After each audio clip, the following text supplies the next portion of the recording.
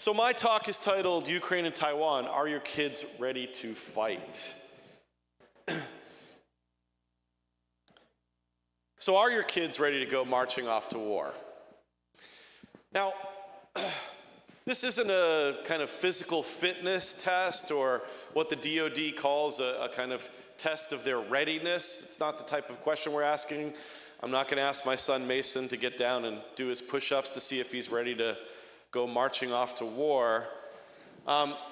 It's a provocative question that I ask not just because Olga told me to ask a provocative question, but because also the logic of our current foreign policy approach, I believe, I think, begs us to ask this question, right?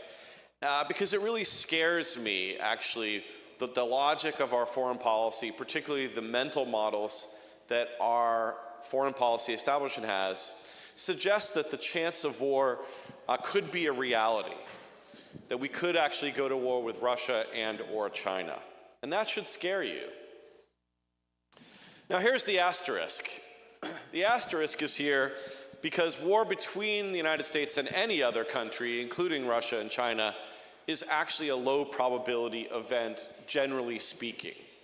You know, the chance of any two particular, what we may call dyads or countries in the international system going to war is relatively low. But remember, when we're talking about the United States going to war with, say, a nuclear power like Russia or China, even raising that probability, even a small amount, should scare you, particularly because of the logics of escalation that I'm going to talk about in a minute.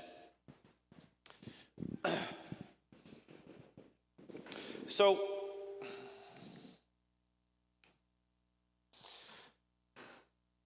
even though it's a relatively low probability that we would go to war, it should scare us, like I said, because our leaders are making decisions and have mental models that I think are really quite inappropriate to America's national security position in the world and the actual security environment we face. Now, I think that it's commensurate upon those of us who care about freedom and free markets, but also our children's future, to kind of push back against this logic. It's a logic that's dangerous. It's also a logic that is wrong. And so we need to really push back here. And we need to argue for a different type of logic. So instead of the logic of primacy, which dominates our foreign policy conversations, we need to approach things, or we need to promote a logic of realism and restraint. And I'll talk about what that means in a minute. So when it comes to Russia and Ukraine, the US has been willing to run what are called escalatory spirals, okay? And I think that it would be wrong for me to say that we've been rushing headlong into an escalatory spiral. We've been willing to risk that escalatory spiral, but we've been hesitant. You know, we've been taking a step forward, maybe talking about taking 2 or 3 steps forward, but retreating. So for example, the United States pondered, or certain people in Washington pondered the idea of a no-fly zone early in the conflict. And the United States pulled back from that thinking, or at least didn't actually go forward with that type of approach. That would have probably meant that we would have been on a fast-track escalator to war with Russia. Could you imagine the United States or our allies and partners shooting down Russian planes over Ukraine and being able to avoid sinking into a ground war? It's really hard to imagine that. So fortunately, they pulled back. There's also been limits on US targeting, there's been limits on targeting using US weapons in terms of what types or to the extent to which Ukraine could use those weapons to hit targets inside Russia, and where and when, or where and what kind. But the problem is that there's been ever-deepening spending and ever-deepening commitments between the United States and Ukraine for many years, actually. In fact, one of the problems is that I think it's you have to be careful here, because we don't want to have a unicausal or a single cause approach to why this war started. But certainly the ever-deepening ties between Ukraine and NATO, between Ukraine and the United States, between Ukraine and the European Union, these contributed to some of the challenges and some of the security environment, what we might call the security dilemma inside Russia, that was contributory towards their approach. Now again, I want to be careful here. We don't want to have a unicausal model. But you even saw this with President Trump recently admitting that this logic was in place and it was a mistake for us to try to push that. And I've been arguing, for years that we should be closing NATO's open door, but it's become part of the kind of commandments of the Washington foreign policy establishment that NATO must remain open to new participants moving further and further east. And it wasn't just me, it was lots of people at the Cato Institute, people in the kind of realist academic foreign policy community that kept saying that the more you push east, the more this is going to concern Russia, and the more that this contributes to the possibility that eventually Russia would decide to take matters into their own hands. Now, this isn't the first time in Ukraine that this happened. Remember in 2008 that Russia and Georgia went to war. And this was right after Bucharest, in which the West had signaled a greater commitment to the idea of Ukraine and Georgia joining NATO. So I like to joke a little bit about, in a way, Ukraine and Georgia kind of met the burden of that meme, fuck around and find out. And that's unfortunate because I think it's been terrible for Ukraine and it was bad for Georgia. I mean, the fact that realists were right, that this open door policy contributed to this conflict, does not give us any kind of glee. A realist is someone oftentimes who's right about the world and is depressed about having been right about it. In the same way, my colleague Pete Earle is the same way, I'm guessing, about inflation and the causes of inflation, right? Here's what's going to happen. Oh, it happened that way. And the United States suffers. It's the same thing in international politics. Realists continue to warn about these problems of the general operating system of our foreign policy. Things go wrong, and the world and Americans suffer. And as a father of two boys that are one boy that is draft eligible and one boy that will be soon, I don't want the United States going down this path, both selfishly and for the rest of your children. But we continue, over the last 20 to 30 years, we've continued to approach our foreign policy in a way that is actually destructive of American interests. Now, it's one thing when it's destructive of American interests and we get into wars like Iraq, or our nation-building project in Afghanistan, or Syria, or Libya, or the Horn of Africa, or Yemen, right? Those are terrible enough. 4,000 Americans died in Iraq, 3,000 Americans died in Operation Enduring Freedom, about 58,000 Americans were significantly wounded in these conflicts. Those are terrible, particularly because every one of those people, right, are someone that is an individual with moral dignity, with parents who care about them, with a community that mourns their loss. A friend of mine, Andy Basevich, who's been a warrior for realism and restraint over the last decades, his son was killed in Iraq. Right? It's a terrible tragedy. But imagine a war with Russia or China, in particular with China. The possibility of an escalatory spiral that ends in nuclear exchanges, even if limited, would be absolutely devastating. Think about the possibility of losing an American aircraft carrier, where the number of people killed in Iraq would occur in one moment. That's terrible, right? It's terrible to foresee that. Now, let's talk about some of the logic of why there's an increased probability that our kids would have to march to war. And part of the logic is this bad model of credibility.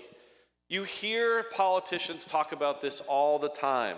We have to maintain our credibility. And it's not that credibility doesn't matter in international politics. It's a critical part of nuclear deterrence theory, where you have to meet the requirements of good deterrence, right? Credibility, commitment, and capability. And so you have to have the credibility to use these weapons in order to forestall their ever being used. But the problem is that when it comes to other uses of the term credibility, that there's frequently a misuse or a misunderstanding about how credibility works. But it's definitely part of the model. And the Biden administration in particular has been walking into this trap. They keep saying how important it is. And it's not just the Biden administration, it's also the West in general, particularly our European allies and partners, talking about how critical it is that this war ends with Russia's complete defeat, that the maximalist war aims of Ukraine are met, not just taking, say, the parts of the Donbass that Russia occupies, but also Crimea. Now, if America's credibility, or if the West's credibility is going to suffer over the loss of, say, Crimea, and that's critical to, say, East Asia or other parts of the world, that we're in for a credibility loss, because I don't imagine in any circumstance other than direct intervention by the United States that Ukraine takes back Crimea. But as you keep with those maximalist war aims, the chances of your credibility suffering are higher and higher. And then you're going to be faced with this challenge of, do we take the loss of credibility, or do we actually need to step up and fulfill these war aims so that we avoid losing that credibility, potentially because you believe that it would send the wrong signal to China over Taiwan? And you've heard this logic, right? You've heard this logic out there about credibility. But the problem is, of course, is that credibility actually doesn't travel very far. So international relations scholars have told us, for example, that we don't actually have to worry about losing credibility over, say, Ukraine policy, because we want to be careful about what it means for Taiwan, assuming, of course, that Taiwan is so critical. Why is that? Because states don't say something like, my neighbor who's threatening my flower box will now threaten my children because they believe if I won't defend my flower box, I'm not going to defend my children. No, they look at how valuable is your flower box and how valuable are your children, and their behavior is going to relate to that difference in kind of will, if you will, or value. And so, for example, if Taiwan is really critical to the United States, and we signal how critical that is, and we're very clear about it, and the logic of, say, international politics or our preferences is so strong, it's not as if China's going to say, oh, they didn't fight to the hilt for Crimea, therefore they're not going to care about Taiwan. Now again, one of the problems with our credibility about Taiwan is that Taiwan also doesn't matter very much. But it's certainly not the case that it's going to be Ukraine, and then Taiwan, and then Japan, Guam, and the West Coast, and pretty soon we're saying, please take Montana. That's not how it works. It's not how credibility works. It is going to be related to the specific calculus of the particular target of another state's coercive behavior or threat of coercion. So we should actually be downplaying the importance of Ukraine if we care about the credibility of, say, Taiwan or Guam or the West Coast of the United States. So as I say here, right, the Russians aren't going to believe that we won't defend France or Germany or even Poland because we may not want to protect a country that, by the way, despite what you read in the newspaper, is not a formal alliance partner of the United States. We do not have a thick security commitment to Ukraine to the same extent that we do for our NATO allies.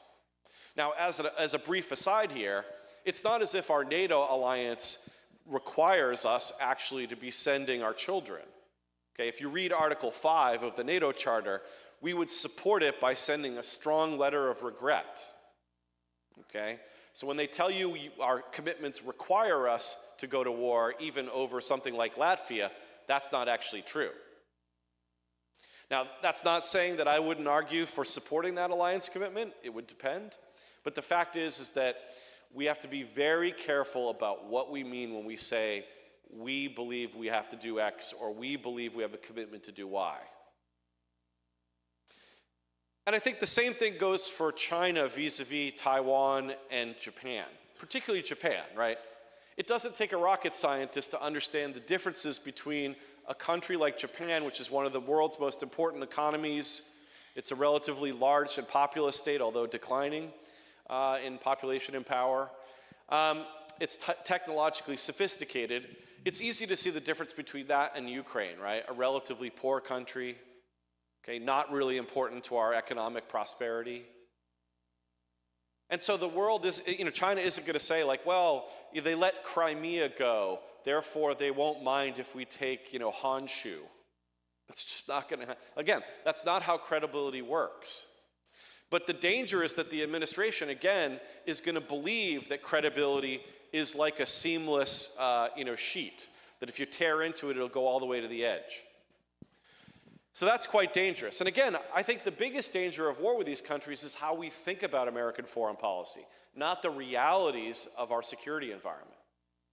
Does that make me a constructivist, Jason? Yeah. Again, potential adversaries look rationally at the particulars. That's how they judge. Another danger that we could face here is what's called chain ganging. So has anybody seen the movie, Oh Brother, Where Art Thou? Yeah, I love that movie. It's great. Remember when one of the guys falls out of the train and they all get pulled out? It's very comical. It's not that comical in international politics, okay? Because this can actually happen, where you get dragged into a war by your allies because you make the case that the allies are important to you, and then they drag you into war either because they care about something more than you do, right? Or because of moral hazard, right? And everybody understands moral hazard. All libertarians understand moral hazard, right? If, once you buy insurance, you take more risk. If you wear a helmet when you're motorcycling, you drive faster. That's moral hazard, right? Well, when you have an alliance commitment with the United States and we say we're going to do something, it's very easy for states to engage in policies that are equivalent to moral hazard or that suffer from moral hazard. And we could get dragged into that. Georgia in 2008 that ran the risk of dragging other countries in the war, and it was because of moral hazard. I think that the Bucharest statement led Georgia to take risks that led to this unfortunate war that happened there.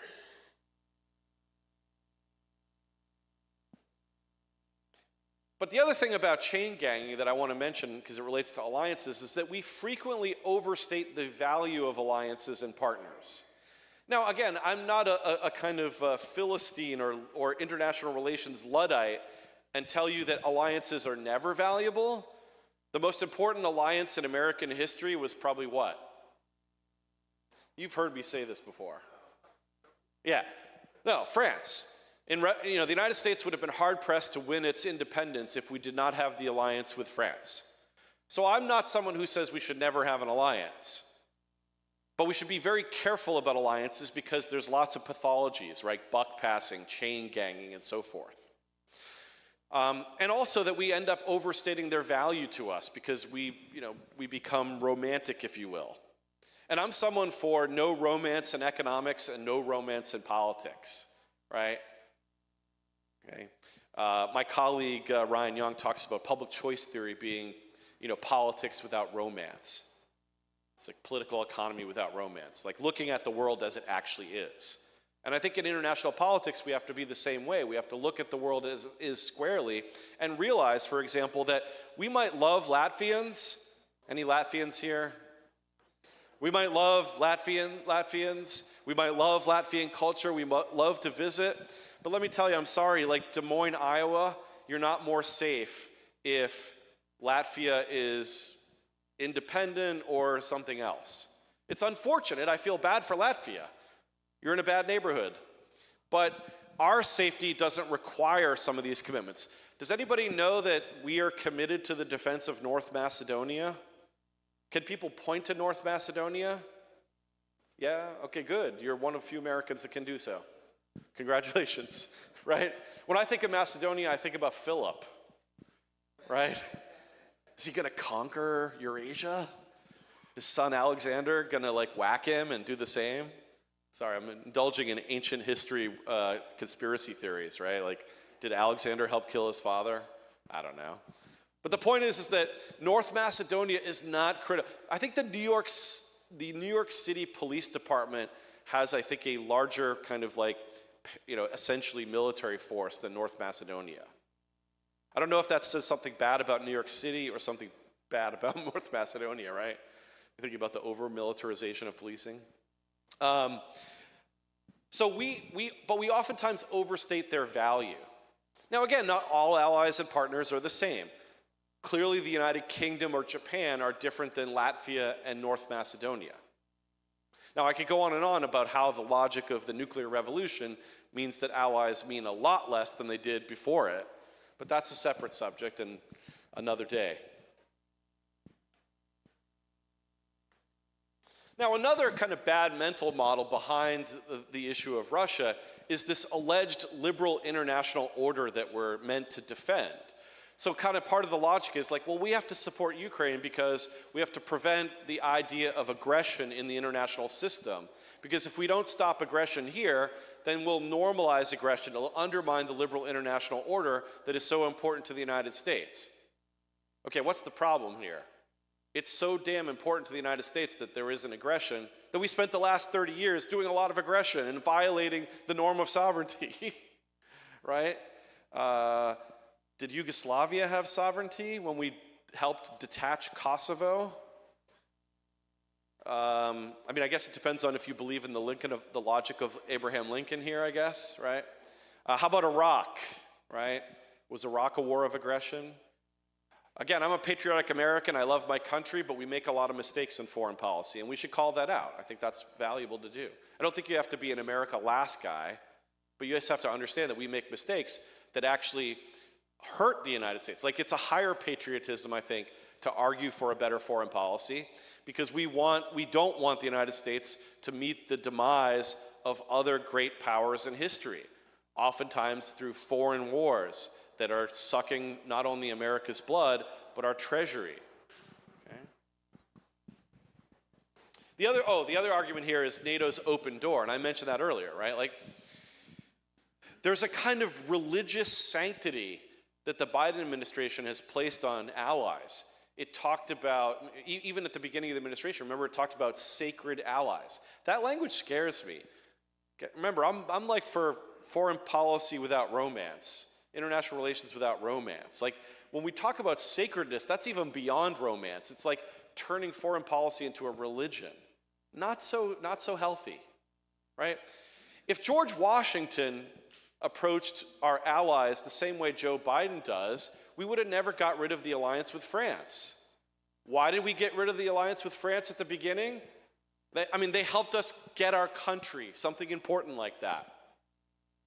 Well, it's because Washington realized that the French alliance could get us into a war with the United Kingdom, that this would end up we'd have to fight another war of independence, and that would be bad for the United States, particularly in the 1790s.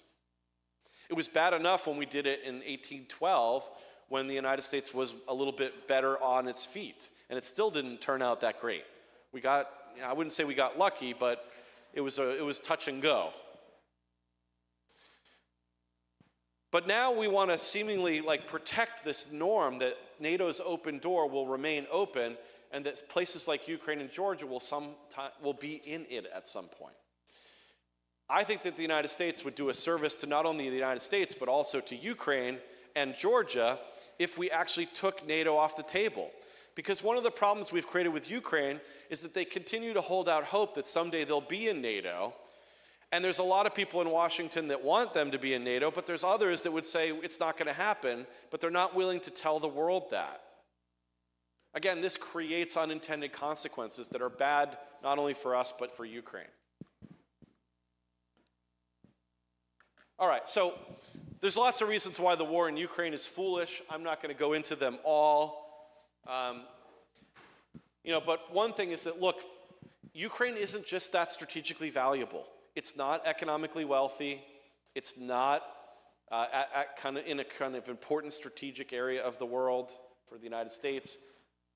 And the other thing is that outside of nuclear weapons, Russia isn't that great a threat to us.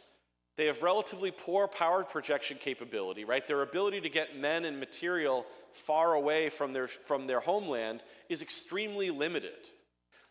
Like, I would bet the farm on the idea that Russia will never, its military will never see the Dover Straits unless they're there to commemorate, D-Day or something, right?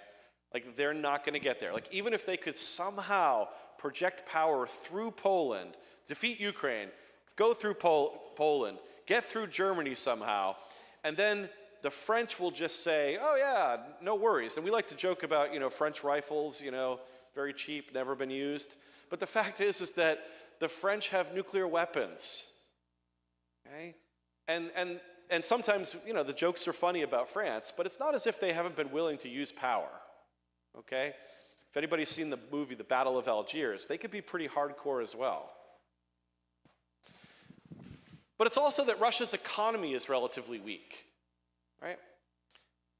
You can't have strong military power ultimately or for very long without an economy that can produce technology, that can produce material at a pace that can meet the demand of warfare. We have a problem with our own defense industrial base right now that we need to remedy. But again, it would be very difficult, given Russia's economy, it'd be very difficult for them to fight a major war against NATO. And also, the United States can depend on deterrence, right? We have nuclear weapons. That means a lot. So we could signal our resolve, and we can push back against the idea, or the Russians would have to be very, very risk acceptant to try to push back against us if we clearly signaled, for example, that if you invade Poland, we're not taking nuclear weapons off the table. And states, as my dissertation mentor used to say, states run scared when it comes to nuclear weapons, right? They're very wary of getting involved in a conflict that could go nuclear.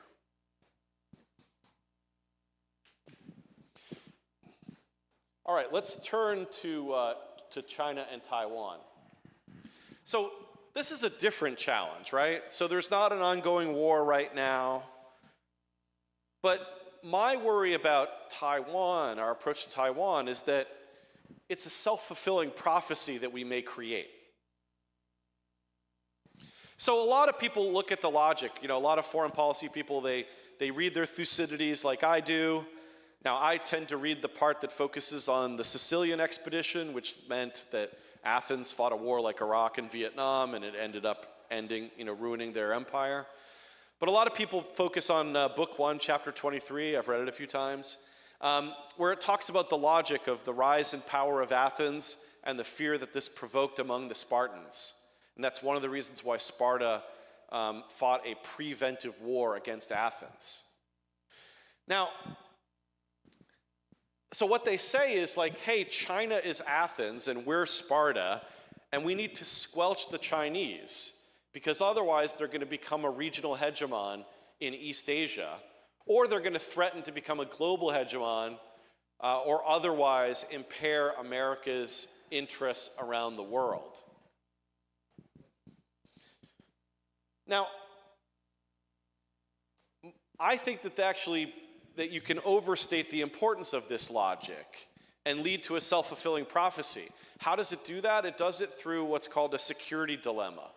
We take actions that you could even look at it with a straight face and say are kind of defensive or are well-intentioned because we're worried about the aggression of others. And when we take those actions, the other side responds in kind. And you could see how you could get a kind of ratchet or spiral effect. So my worry is that that's what could happen. That we could unintentionally or with good intentions take actions to build up our forces in East Asia that would cause the Chinese to be more fearful, and that then we would build up in turn, and eventually you could get into a spiral. Or we take actions like when Nancy Pelosi visited Taiwan, that was not helpful. Right? That only made the Chinese believe that perhaps we were more serious about either defending Taiwan or changing the status of strategic ambiguity that exists right now. Could this provoke the Taiwanese to declare independence? These are the types of things that make me worry, and that we would create a self-fulfilling prophecy in part. And again, this is not to say that the Chinese, by the way, are innocent, right? The Chinese could promote the security dilemma as well. They could take activities. Now again, those could be both unintentional and defensive, or it could be just that they believe that Taiwan is part of China, and therefore they're going to take efforts that could allow that eventuality to happen. But my worry is, again, that we would get over our skis and it could lead to a war. The other problem is I think we've oversold Taiwan's importance. And sometimes sometimes people do that unintentionally because they want to wake Americans up to the threat.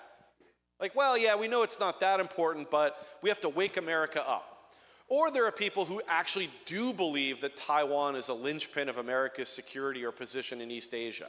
But the fact is that, or at least the view that I hold, is that Taiwan isn't as important as people think. Okay? And you hear this over and over again, in the media about how the Department of Defense is fixated on 2027. 2027. So what is 2027, if you've been paying attention in the news? Does anybody know? So 2027 is when people think that the Chinese will have a capability that could threaten Taiwan with kind of any kind of seriousness defensively. I mean, taking Taiwan is a big challenge. I mean, it's not that far from China, but it has all kinds of logistical challenges in terms of like engaging in amphibious warfare. But there's a lot of talk about 2027. There's also a lot of talk about the importance of chips. And Pete, correct me if I'm wrong, I think 5 nanometer chips, I think is the ones that we're worried about. And the issue of robust supply chains. Now, if this is an actual problem, let me ask you this, because I'm a pretty libertarian guy when it comes to economics, like free markets, free markets, free markets. But if we had a choice between like, hey, there's no way possible that supply chains are robust enough that in the event of a war between China and Taiwan, could we get the chips that we need for our economy and the global economy, so we have to go to World War III? Or we could do industrial policy for this specific issue. I'm going to choose industrial policy. Now, I don't think we necessarily need to use robust industrial policy, but even if you assume that we did because of this supply chain challenge, I would argue it would make more sense to try to quickly onshore some of those capabilities rather than saying, like, because of chips, we have to fight World War III. I think that's nuts. And I think even the cost of kind of making Taiwan a porcupine, is quite expensive, and it relies on a lot of assumptions about what Taiwan would do, that I think it may be valuable for us to consider that a narrowly focused industrial policy would be better than that. Again, I'm not sold that supply chains aren't more robust and that there is some natural occurring onshoring happening simply because, especially after COVID, more Americans have been concerned about supply chains. Another bad idea that relates to Asia and Taiwan, because again, I think it's a lot about the mindset of the foreign policy establishment, about the blob. But another challenge here is the domino theory. Now, I thought, I'm not old enough to remember the Vietnam War. Anybody here fight in the Vietnam War? Or no? You see fewer and fewer vets from that conflict. But, I thought that the Vietnam War had forever, at least for several generations, killed off the idea of domino theory. But we see domino theory when it comes to Taiwan. Well, the Chinese will take Taiwan, and then it'll be Japan. And then what do you know? We'll be surrendering Guam or something. Like, this is just not how the world works. One of the reasons why domino theory doesn't work is because of the fact that states have an incentive to resist and balance against states that are threatening. This is what's called balance of threat or balance of power theory. So if the Chinese actually did physically take Taiwan militarily, that would cause, I think, the Japanese to freak out and to increase their defense spending, to potentially even go nuclear. I mean, if you think that Japan couldn't very quickly go nuclear, you probably don't know much about the Japanese, right? They could.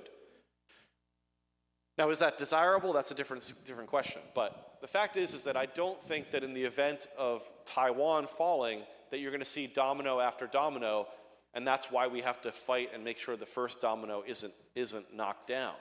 But there's a lot of domino thinking in the establishment. And there's a lot of bad thinking related to this, is that states bandwagon with aggressor countries. So part of the domino theory isn't just that the Chinese will knock over Taiwan and be more powerful and then knock over Japan. It's the idea that essentially the Japanese will turtle on the Chinese, that they'll bandwagon with the Chinese. Again, the history of international politics suggests that bandwagoning is actually quite rare. Okay? So if you think about the threat of Nazi Germany, okay, states balanced Nazi Germany. States balanced the German Kaiserreich in World War I. You could argue that Russia and China colluding right now is an example of them balancing against American power. So balancing is common. And so I don't think we have to worry so much about bandwagoning, which is an argument that people make about why we have to stand behind Taiwan. But again, the bigger problem in our foreign policy isn't the particular logics of these two countries so much as it's the overarching operating system of what even President Obama called the foreign policy blob.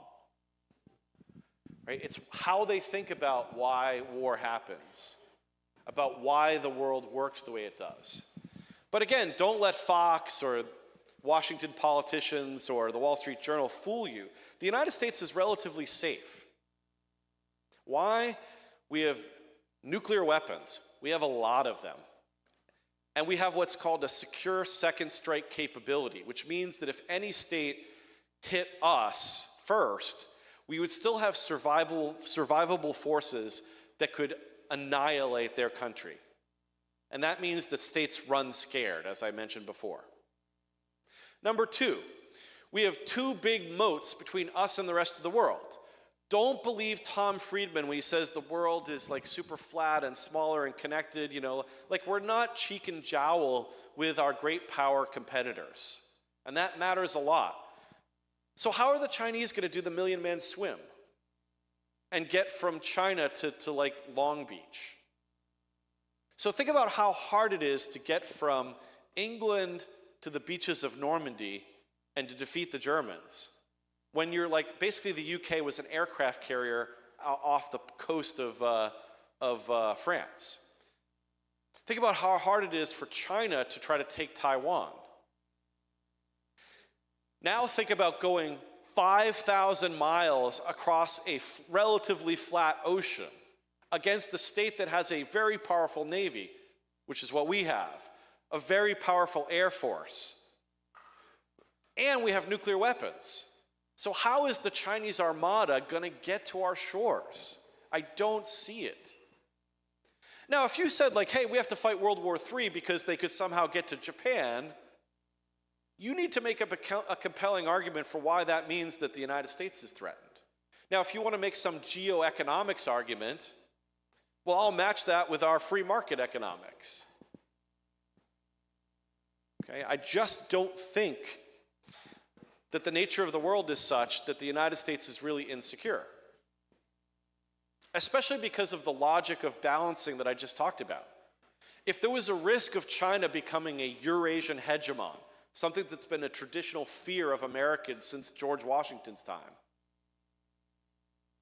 well, we might be concerned in that event, but the chance of that happening is really low, right? Why? Because other states will push back against it. I don't think Europe wants to be a vassal of China. If the United States had a different approach to Russia, one could imagine Russia balancing China. Why? Because it doesn't want to be the junior partner in an alliance, and it doesn't want to face the pressures from China. Did you see recently that Russia was talking about selling a piece of its territory to China? Imagine that relations between the two were such that China might attempt to grab Russian territory. Russia and China are natural enemies. This is something that Kissinger understood, or natural adversaries. Henry Kissinger understood that, took advantage of it, and that was great because during the Cold War, it split the Sino-Soviet alliance. It was one of the reasons why it contributed to our victory in the Cold War. So we should be promoting Chinese and Russian friction, not pushing them together. So there's just lots of reasons why we're safe. And when we're also safe, I should say this to a free market crowd, right? We have a better economy, partly because we have a more free economy. And so our economy is larger, and that means that for a very low percentage of GDP, we can create a lot of military power. And so and this is why Admiral Mike Mullen, when he was chairman of the Joint Chief of Staff, when he was asked what's the greatest threat to America's security, he didn't say Iran, terrorism, China, Russia. He said our debt and deficits, because our economy is the golden goose for our military. Which is again why we want to avoid fighting dumb wars or spending hundreds of billions of dollars on things like Ukraine, or trillions in the case of the global war on terror, because that undermines our economic strength in the future. It saps our vitality. So even if you're not a non-interventionist or anti-interventionist or restrainer, you should be concerned about having a dumb foreign policy approach.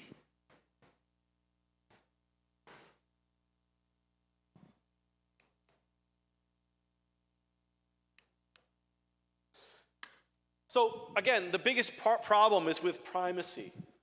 This idea that America needs to be a global hegemon, needs to be actively and aggressively involved in the world in order for the United States to be secure. This view dominates Washington.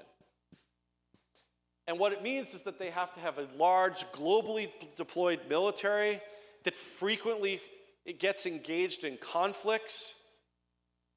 And again, I appreciate that people like Bob Kagan, who's an arch neoconservative, they're pretty honest. He says in one of his recent books that the United States has to fight a war like Iraq or Vietnam every generation. And he's kind of like, well, that's the price of doing business. It's really kind of insulting, especially if you have children, right? Like, he just treats our kids as means to his ends. But he says basically like, hey, the jungle will grow back. He uses that terminology. And I'm no critical theorist, but that sounds a lot like, colonizer, colonizee language. So the jungle might grow back, and therefore we have to fight wars, and some of them will help cut the jungle back, and some of them will hurt us, like Iraq and Vietnam, but you just have to do it. You got to suffer one of these every so often. Yeah, it's gross. It means a lot of allies. So we take on a lot of commitments. Now, I tend to think that, we're like Atlas holding it up. At some point, either Atlas is going to shrug or it's going to crush us, right? Unfortunately, Atlas doesn't really shrug in this case. They love it. Why? Because they're not the ones paying the consequences. If you live in McLean, Virginia, like Elizabeth Cheney, the representative from the Defense Military Industrial Complex. Oftentimes, not always, people like John Bolton don't always have this, but oftentimes it means you have to spread democracy. It's kind of this French revolutionary notion that the world won't be safe for us unless everyone looks like us. So until, they're flying the pride flag in Moscow, we're unsafe. That's kind of this logic. But again, it also means fighting a lot of wars. In a way, it's like you have to fight wars to avoid wars. Now, part of the logic behind it are things like, hey, it's too dangerous to allow allied countries to defend themselves because they won't do it. This is kind of a product of American exceptionalism. And I'm kind of an American exceptionalist. I do think that the United States is different than the rest of the world and that that's been a key part of our success. But I don't think it's all that exceptional to think that, like, hey, if we weren't backstopping Europe and they really feared Russian, aggressiveness, that they wouldn't take on the burden. But they're free riding. Free riding is logical in a lot of cases. They're buck passing. The primicists think it's always 1938. I started on Twitter making jokes about this, but yet you still hear it all the time. I mean, not that they're all following me or anything, but it's funny. Like you can mock this, and yet they continue to provide example after example where anytime there's a debate about foreign policy, they're like, it's 1938. And it's like a map of the globe where like the red is coming across. It's like a bad Cold War, like propaganda film. But it's not always 1938. I'm glad that Slobodan Milosevic met the fate he did, like no brief for him. But like Serbia wasn't Hitler, and the Balkan Wars weren't like some grand ideological struggle. It's not always 1938. Okay, sometimes it's a different example in history. It's so amazing. Like history has so many examples that it could be good to use. Like 1870 and 1871. Like, does anybody know what happened in 1871 that was important in the world? I mean, a lot of things happened. Yes. The Franco-Prussian War ended. And what happened? So Germany is created. It's announced in the Versailles Palace in France. Talk about sticking their finger in their face, right? They won the war, and yet strangely enough, it didn't turn into what people think always happens, which is dominoes start falling, states, bandwagon, the state that wins goes for global hegemony. That's not what happened. Okay? Bismarck was a realist. Okay? There was relative, peace and stability in Europe for a generation. Because again, it's not always 1938. And if you listen to the neocons today or the liberal internationalists, I think if it was 1870, they would argue that we should get into that war. Does anybody regret that we didn't get into the Franco-Prussian War? I mean, I guess maybe you could say but then maybe we wouldn't have had to get into the war in 1917 because 1871 inevitably leads to 1914. Well, there's a lot of years and decisions in between. And the other thing is, I'm not willing to accept that we should have even gotten into the war in 1917. Oh, all right, thank you. That was not the expected applause line, but I appreciate it. And again, I talk about 1821, 1871, 1956, 1968. There's a lot of other times in history. I mean, 1956 and 1968 are very compelling ones, right? I've been to Hungary, great country, beautiful, lots of good people. But should the United States have gone to war for Hungary in 1956? Thank you. I was worried there, marching off the war. That's all right. But the thing is that I regret what happened to Hungary. But if we had gone to war in 1956 for Hungary, it's very likely that could have ended in a devastating conflict that even if conventionally we had won, always would have risked nuclear conflict. And over Hungary, and again, I go back to, this is what I say about Ukraine. Okay? We won the Cold War. What was Ukraine part of? It was part of the Soviet Union, and we still won. Do we believe the world has changed substantially enough that Ukraine being even part of Russia, which I'm not advocating. Okay, I'm not pro-Russian here, I'm not pro-Putin. But if it happened, it wouldn't be the end of the world. And international politics is kind of rough business. Sometimes you have to accept second or third, best solutions. I mean, I was in Afghanistan. Did I want the Taliban to win? No. Taliban is a repressive, bad government. They have bad economic policies, bad social policies. They're illiberal. I'm a classical liberal. They're the opposite. But did I want to stay there forever with the hope that we could turn it into, New Hampshire? The Free Afghanistan Project? It wasn't going to happen. But the funny thing is that our foreign policy establishment actually thought that the Free Afghanistan Project was going to work.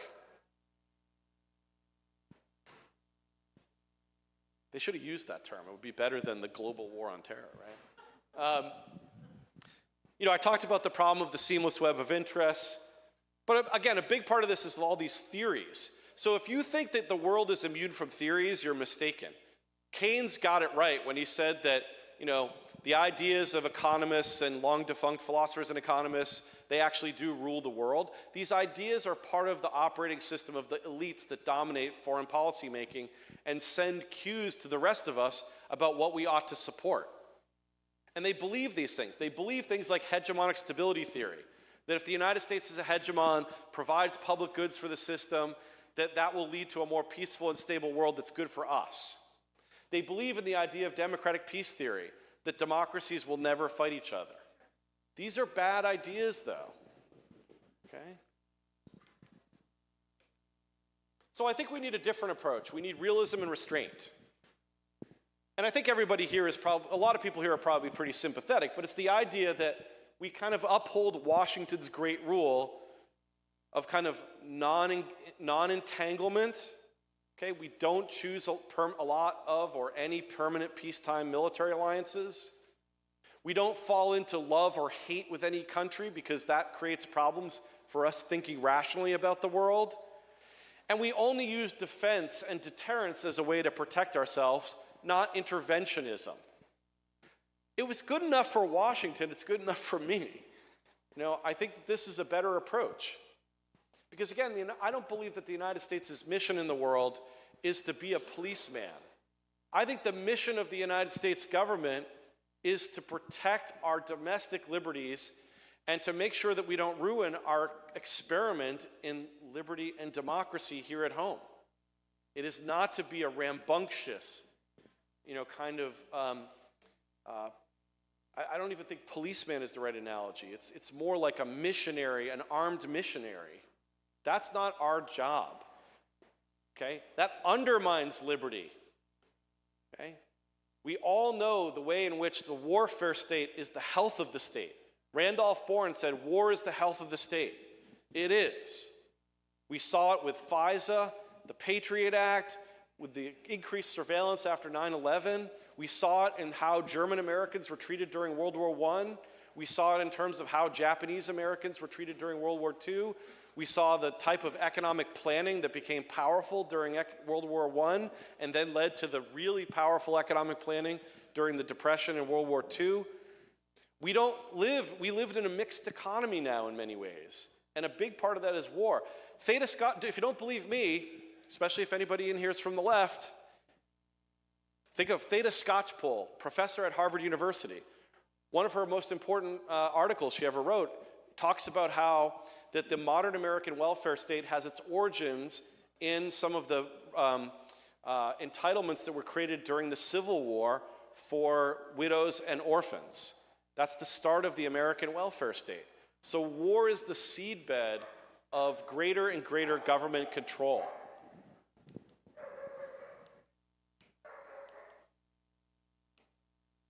So I'm going to take a few questions before we end, but I always love to end my talks with this because what I think we have here, and this is from 1949, but you can see here Lady Liberty, she's not looking so good. And if you notice, she's wearing a pileus.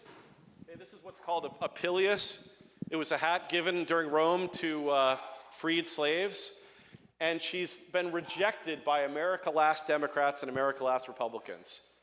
Now, I want those guys to turn around and court America instead of courting internationalism. Thank you.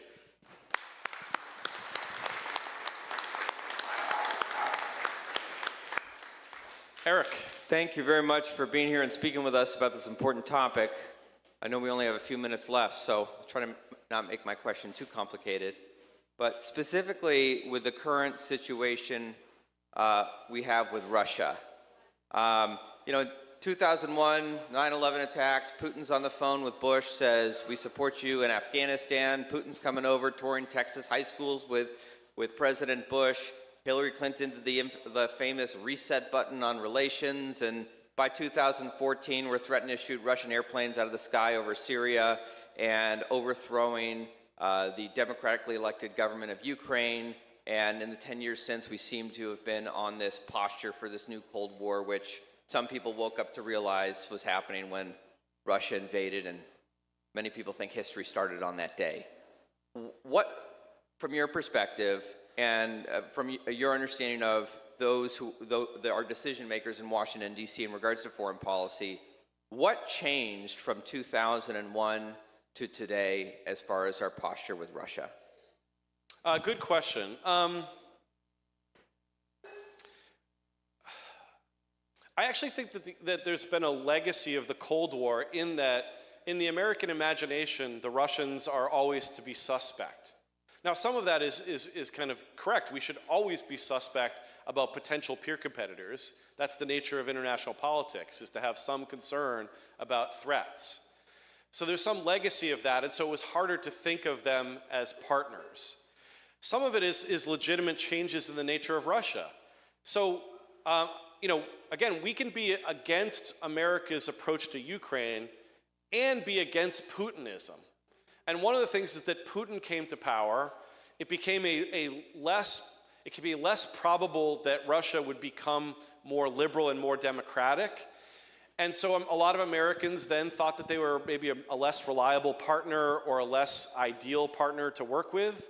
There was the kind of bloom was off the rose of the kind of post-Cold War approach. I mean, remember, the Cato Institute went over to Russia and had a program over there about liberalization in the early 2000s, I think it was. So there was some hope, but I think that hope got dashed. Now, you could also argue, as some people do, which is that part of the problem was that the United States quickly tried to expand NATO after the Cold War when we had promised not to do so. And that's a huge fight in the scholarship on NATO expansion, is to what extent did we make a promise and to what extent did we flake on that promise, which caused the Russians to get pissed off. And some people even argue that that led them to kind of put brakes to the possibility of liberalization. I'm not so sure of that, but that's an argument.